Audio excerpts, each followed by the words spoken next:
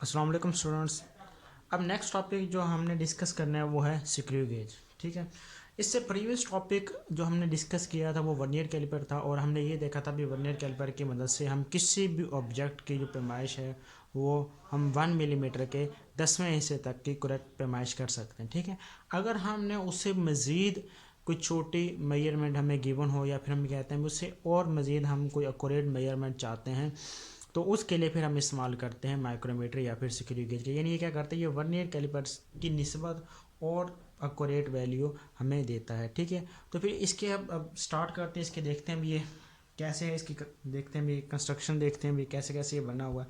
इसमें ये हमारे पास क्या है, जिस तरह हमने देखा था भी जो वर्नियर स्केल होता है उसके दो स्केल हैं, इसी तरह में ये जो हमारे पास माइक्रोमीटर स्क्रू गेज है इसके भी हमारे पास क्या होते हैं, दो स्केल होते हैं। ठीक है, एक हमारे पास होता है मेन स्केल और एक दूसरा हमारे पास क्या होता है, सर्कुलर स्केल। ठीक है, यानी ये हमारे पास है, ये जो नीचे है ये हमारे पास क्या है, ये सर्कुलर स्केल है और ये जो मूवेबल है यानी ये जो सॉरी ये मेन स्केल है और ये वाला क्या है, सर्कुलर स्केल। यानी सर्कुलर स्केल मेन स्केल के ऊपर क्या करता है, ईजिली मूव कर सकते हैं। ठीक है, जब आप इसे एंटी क्लॉकवाइज में घुमाएंगे तो ये क्या करता है, ये पीछे की जाने मूव कर, जब आप इसे क्लॉकवाइज डायरेक्शन में घुमाएंगे तो क्या करता है, ये अंदर की जाने मूव करता है। ठीक है, अब यहाँ पे देखें ये हमारे पास क्या होता है, ये मेटल फ्रेम होता है। अब इस मेटल फ्रेम के अंदर भी ये दो हमारे पास हैं।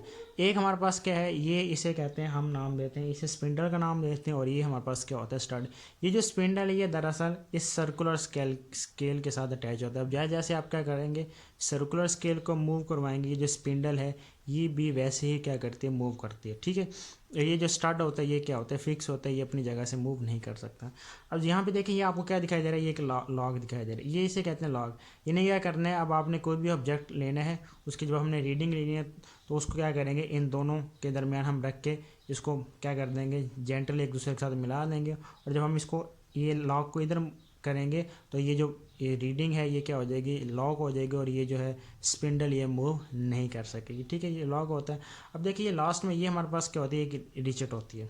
ठीक है ना, ये रिचेट ये भी दरअसल क्या करती है, इसको ये सर्कुलर स्केल को मूव करवाने के लिए हम क्या करते हैं, इसका इस्तेमाल करते हैं। ठीक है, अब ये देखें, अब ये वाला जो हिस्सा है ये सर्कुलर स्केल के ऊपर, ये वाला जो हिस्सा है इस पूरे को हम नाम देते हैं थिम्बल का। यानी यहाँ से यहाँ तक ये जो पूरा हिस्सा है इसे हम नाम देते हैं थिम्बल का। ठीक है, और ये जो इसके नीचे हमारे पास क्या है, ये जो मेन स्केल है, ठीक है, ये दरअसल इसे क्या कहते हैं, इसे हम हॉलो सिलेंडर या फिर स्लीव भी कहते हैं। यानी ये दरअसल क्या होता है, किस्म का ये खोखला सिलेंडर होता है अंदर से, इसको आप हॉलो सिलेंडर भी कहते हैं या फिर हम इसे स्लीव भी कह सकते हैं।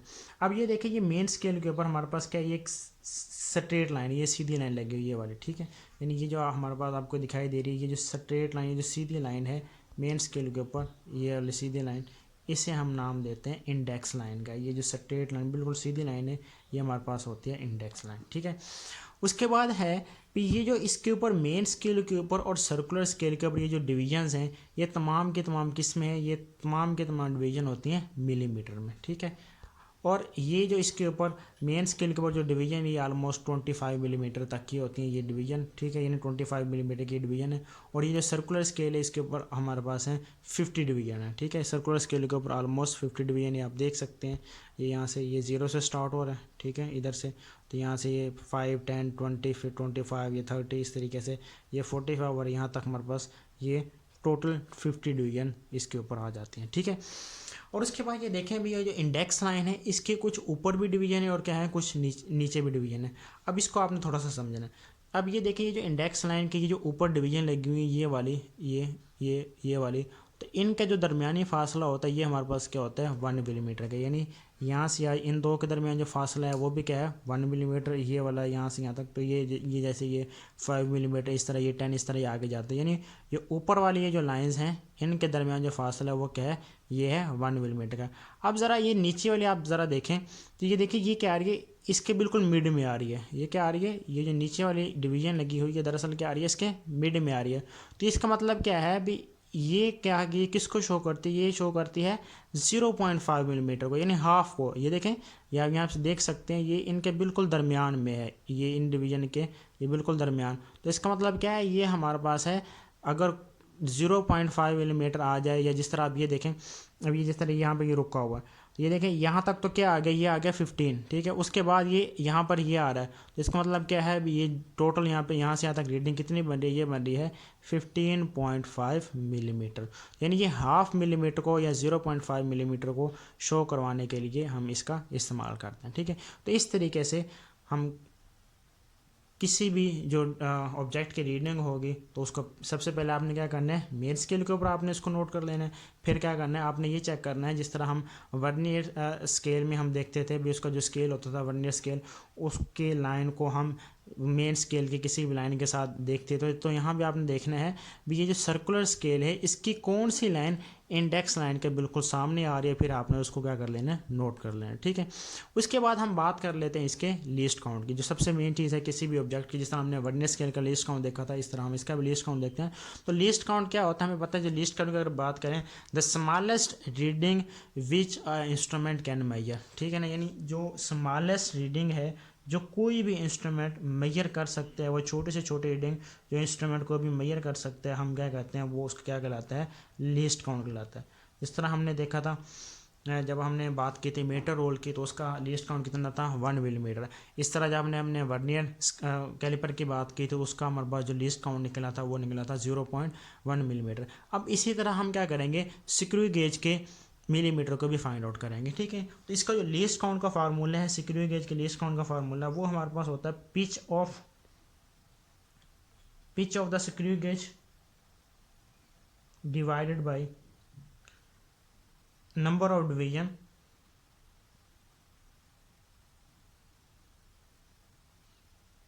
ऑन सर्कुलर स्केल, ठीक है ना।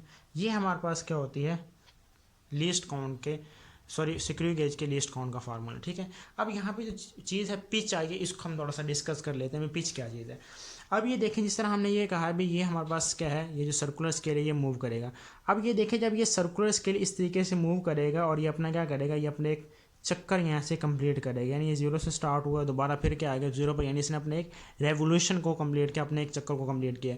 तो एक चक्कर को कंप्लीट करने के बाद ये जितना इस मेन स्केल के ऊपर मूव करता है, जितनी डिवीजन ये मेन स्केल के ऊपर मूव करेगा सर्कुलर स्केल अपने एक चक्कर कंप्लीट करने के बाद, तो वो हमारे पास क्या कहलाती है, इसका पिच कहलाती है, ठीक है।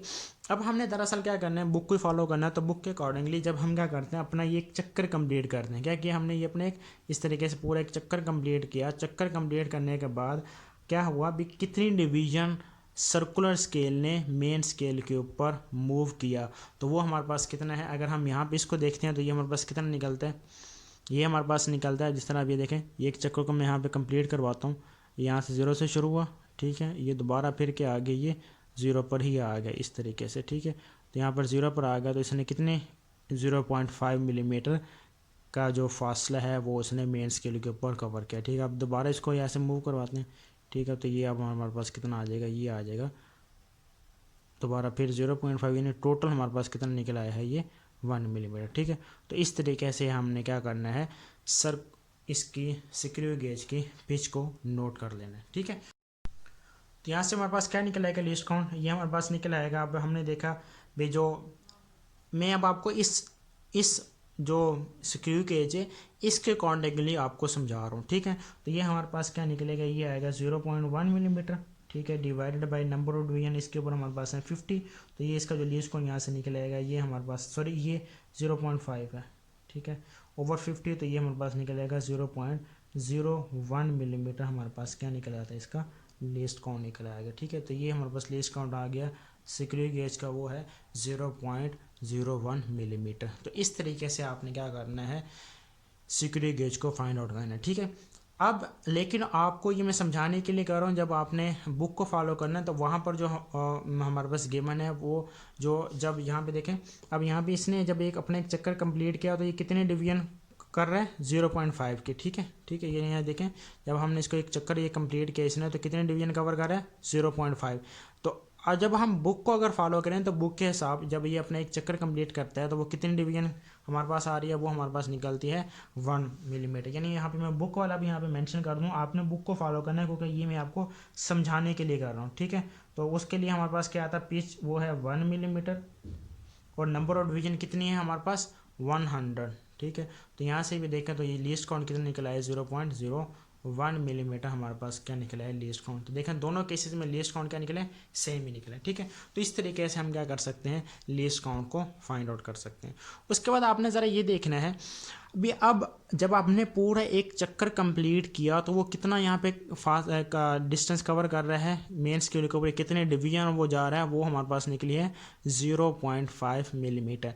लेकिन अगर हम इस सिंगल डिवीजन की बात करें, किसकी बात करें, यानी पहले तो हमने बात की ना पूरी इस रेवोल्यूशन के एक चक्कर की, लेकिन अगर हम बात करें इस सिंगल डिवीजन, ये अगर हम 1 मिलीमीटर की बात करें, यानी जिस तरह ये हमारे पास, मैं क्या देता हूँ भाई, यहाँ से 20 से हम कहाँ पर आ गए, ये 21 यहाँ पर आ गए, एक डिवीजन इसने, ये जिस तरह ये 20 था, 20 से हम यहाँ पर आ गए 21, तो इसने कितना 1 मिलीमीटर, यानी एक डिवीजन जब ये इंडेक्स लाइन के आगे से ये गुजरी है सर्कुलर स्केल की, तो फिर इसने मेन स्केल के ऊपर कितने डिवीजन कवर किए, कितना फासला कवर किया, तो वो हमारे पास कितना निकलता है, वो हमारे पास निकलता है 0.01 मिलीमीटर, ठीक है।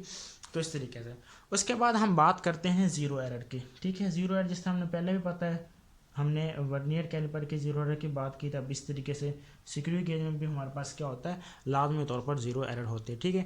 तो ज़ीरो एरर हमें पता है क्या होती है, it is a error in which instrument gives the reading when the true reading is zero. यानी इसमें क्या था भी, जब हम क्या करते हैं भी, अब इसमें भी आपने रीडिंग ज़ीरो एरर कैसे लेनी है भी, आपने क्या करना है, इसके दोनों ये हैं स्पिंडल और स्टार्ट, उनको आपस में क्या करना है, हमने मिलाना है, ठीक है। स्पिंडल और स्टार्ट को आपने क्या करना है, एक दूसरे के साथ आपस में मिलाना है। अब इनको जब हम आपस में मिलाते हैं और मिलाने से अगर जो सर्कुलर स्केल की ज़ीरो और जो ये मेन स्केल की ज़ीरो है, ये एक दूसरे के आमने सामने आ जाते हैं, तो फिर हम ये कहेंगे भी ये जो हमारे पास गिवन इंस्ट्रूमेंट है इसमें कोई भी ज़ीरो एरर नहीं होगी, ठीक है।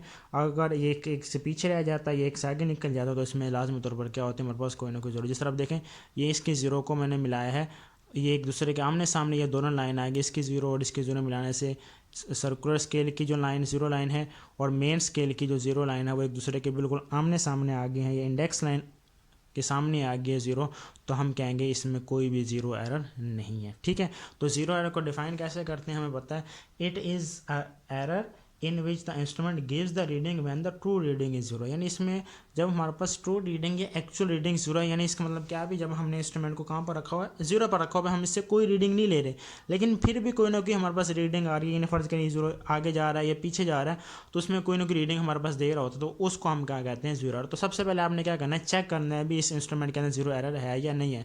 अगर ज़ीरो एरर है तो फिर आपने देखना है भी ज़ीरो एरर कौन सी है। हम पता है ज़ीरो एरर क्या है, दो तरह की होती है, एक हमारे पास होती है पॉजिटिव ज़ीरो एरर और दूसरी क्या होती है, नेगेटिव ज़ीरो एरर। यानी ज़ीरो एरर हम देखते हैं पॉजिटिव ज़ीरो एरर क्या है और नेगेटिव ज़ीरो एरर। तो पॉजिटिव ज़ीरो एरर क्या हो, जब हम क्या करते हैं, इनको आपस में मिलाते हैं, ठीक है, और मिलाने से अगर क्या हो, ये जो सर्कुलर स्केल की जो ज़ीरो है वो क्या हो, अगर इंडेक्स लाइन के क्या रह जाती है, पीछे रह जाती है, क्या रह जाती है, पीछे रह जाती है, तो हम क्या कहते हैं भी इसमें जो ज़ीरो है वो क्या है, पॉजिटिव है, ठीक है।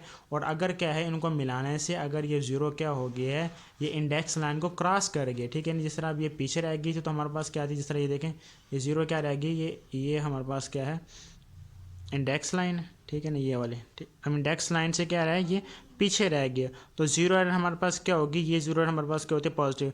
अगर इसने क्या कर लिया, यहाँ से इसको क्रॉस कर लिया, आगे निकल गया ज़ीरो, तो फिर हमारे पास जो इसमें ज़ीरो एरर होगी वो कौन सी ज़ीरो एरर होगी, वो होगी नेगेटिव ज़ीरो एरर, ठीक है। तो इस तरीके से आपने देखना है भी ज़ीरो एरर कौन सी है, पॉजिटिव ज़ीरो एरर है या नेगेटिव। और अगर ज़ीरो एरर क्या होती है, पॉजिटिव है, तो उसको हम क्या करते हैं, एक्चुअल रीडिंग में से माइनस कर देते हैं। और अगर ज़ीरो एरर क्या आ रही है, नेगेटिव आ रही है, तो उसको हम फिर क्या करते हैं, जो एक्चुअल रीडिंग है उसमें हम क्या कर देते हैं, प्लस कर देते हैं। तो इस तरीके से सबसे पहले आपने ज़ीरो एरर को देखना है, ज़ीरो एरर अगर इंस्ट्रूमेंट में है तो वो आपने नोट कर लेनी है, अगर नहीं है तो फिर आपके पास जो रीडिंग आएगी वो बिल्कुल एक्चुअल रीडिंग आएगी और वो बिल्कुल करेक्ट होगी 100%, ठीक है। अब हम इसकी मदद से किसी भी ऑब्जेक्ट की देखते हैं भी, हम उसकी रीडिंग को कैसे ले सकते हैं, कोई भी ऑब्जेक्ट जो गिवन होगा उसकी रीडिंग को हम कैसे ले सकते हैं, ठीक है। और इसमें दूसरा ये मैं बताना भूल गया, जो जिस तरह कोई भी आपको इंस्ट्रूमेंट गिवन होगा तो यहाँ पर मेंशन होता है भी उसका लीस्ट काउंट कितना है। तो यहाँ पे देखें, यहाँ पर भी मेंशन है इसका लीस्ट काउंट कितना है, 0.01 मिलीमीटर। और जो मेन स्केल की जो रीडिंग है, यानी कहाँ तक वो रीडिंग ले सकता है, वो है 0 से लेकर 25 मिलीमीटर तक। अगर कोई ऑब्जेक्ट है तो उसकी रीडिंग को हम इस सिक्योरिटी गेज की मदद से इजीली फाइंड आउट कर सकते हैं, ठीक है। तो उसके लिए अब ये मैं एक सॉलिड सिलेंडर है, ठीक है, तो इसका मैं क्या करता हूँ, ये डायमीटर को फाइंड आउट करता हूँ। इस तरह ये मेरे पास क्या है, एक सिलेंडर है, सॉलिड सिलेंडर। इसको आपने क्या करना है, इस तरीके से ये स्टड और स्पिंडल के दरमियान आपने यहाँ पर रख लेना ऐसे, ठीक है। ये मैंने इस तरीके से रख के आपने क्या करना है, इनको जेंटली फिर आपस में मिला देना, ठीक है। ऐसे आपने एक दूसरे के साथ इनको आपस में मिला दिया, ठीक है। मिलाने के बाद फिर सबसे पहले आपने क्या करना है, ये जो लॉक है इसको यहाँ से लॉक कर दें ताकि ये मूव ना कर सके। ये जो स्पिंडल है ये मूव ना कर सके, अगर ये निकलता है तो उसको यहाँ से निकाल लेते हैं। यहाँ से ये मैं निकाल लिया इस तरीके से, ठीक है। अब आपने क्या कर लेना है, रीडिंग को नोट कर लेना है। रीडिंग को सबसे पहले नोट कहाँ पर करना है, आपने मेन स्केल के ऊपर रीडिंग को नोट करना है। भी हमारे पास क्या रीडिंग निकली है, ठीक है। तो ज़रा यहाँ से देखें, अब ये देखें ये आपके पास आ रहा है, यहाँ तक तो आ गया, ये यहाँ तक क्या आ गया, 5 आ गया, ठीक है। 5 के बाद देखेंगे आपको ये लाइन नज़र आ रही होगी 6 की, ठीक है। यहाँ से ये इधर से देखेंगे तो आपको ये यहाँ से ये 6 वाली लाइन नज़र आ रही है, ठीक है। ये देखें, ठीक है, ये आपको क्या नज़र आ रही है, 6 की लाइन। ये थोड़ा सा इधर से देखेंगे तो आपको ये लाइन नज़र आ रही है 6। यहाँ से इसकी रीडिंग हमारे पास क्या निकल आएगी, ये आ गया हमारे पास 6 मिलीमीटर, ठीक है। उसके बाद हमने देखना है भी सर्कुलर स्केल की कौन सी लाइन, ये जो इंडेक्स लाइन है इसके बिल्कुल सामने आ रही है। इसको क्या कर रही है, इसके साथ कोइंसाइड कर रही है, कि मीट कर रही है, तो आपने उसको नोट कर लेना। यहाँ से देखें ये आपके पास क्या है, ये 35 के बाद ये हमारे पास क्या था, ये 36, ये 37 और ये हमारे पास क्या निकला है 38। तो ये हमारे पास ये जो सर्कुलर स्केल की जो डिवीजन आ गया वो हमारे पास कितने निकलेगी, ये हमारे पास आ गया है 38, ठीक है। तो आपने क्या करना है, इसको यहाँ से नोट कर लेना 38 को। 38 मल्टीप्लाई भी, अब इसका लीस्ट काउंट हमारे पास कितना है 0.01।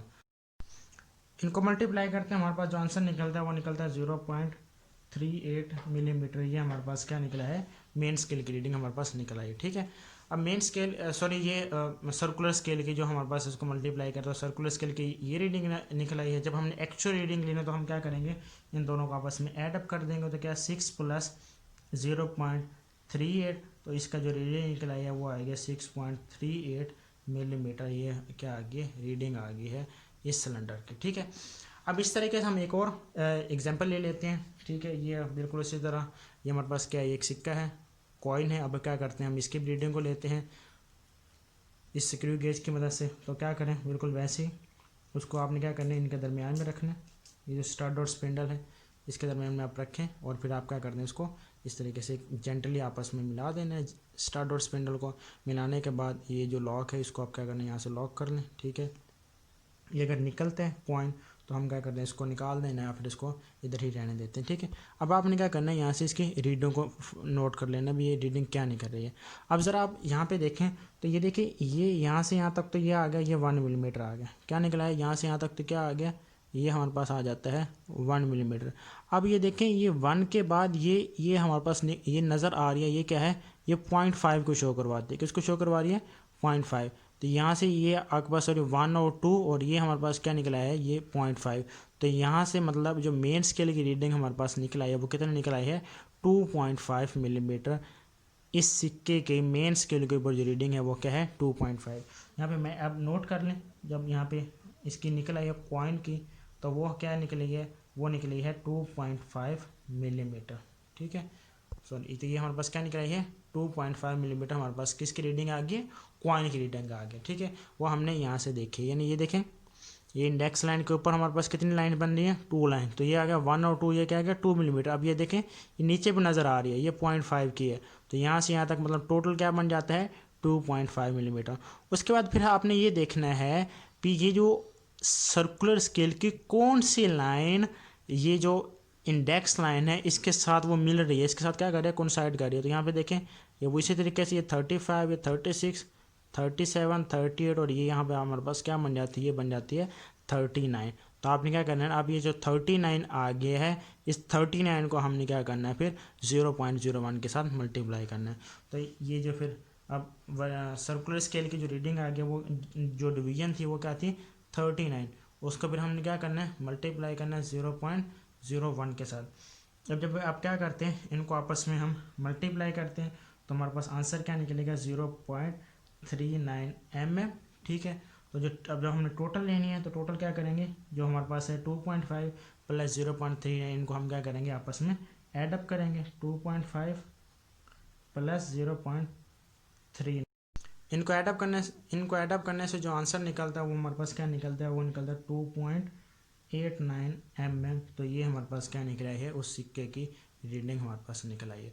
तो इस तरीके से आपने क्या करना है, किसी भी ऑब्जेक्ट की रीडिंग को स्क्रू गेज की मदद से फाइंड आउट कर लेना है। तो ये था।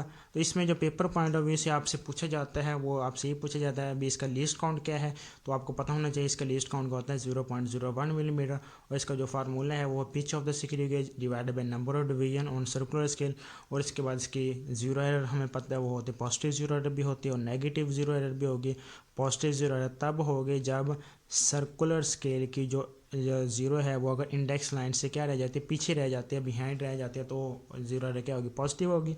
और अगर इसकी जो ज़ीरो है सर्कुलर स्केल की जो ज़ीरो है, अगर वो क्या कर जाती है, इस इंडेक्स लाइन को अगर क्रॉस कर जाती है तो हमारे पास जो ज़ीरो एरर होगी वो क्या होती है, वो हमारे पास क्या होती है, पॉजिटिव। यानी ये इंडेक्स लाइन को क्रॉस कर कोई हम देखते हैं भी अगर पीछे है तो पॉजिटिव है, अगर आगे निकलेगा तो क्या होती है, नेगेटिव। तो इसको आपने देखना है, अच्छे से करना है। तो पेपर पॉइंट ऑफ व्यू से ये सिर्फ शॉर्ट के लिए आएगा या फिर आपसे एमसीक्यूज़ में पूछा जाएगा। बाकी प्रैक्टिकल वर्क में आपने इसको कैसे इस्तेमाल करना वो भी मैंने आपको समझा दिया, बहुत ईजी है। इसको आप देखें और फिर इसको करें आप।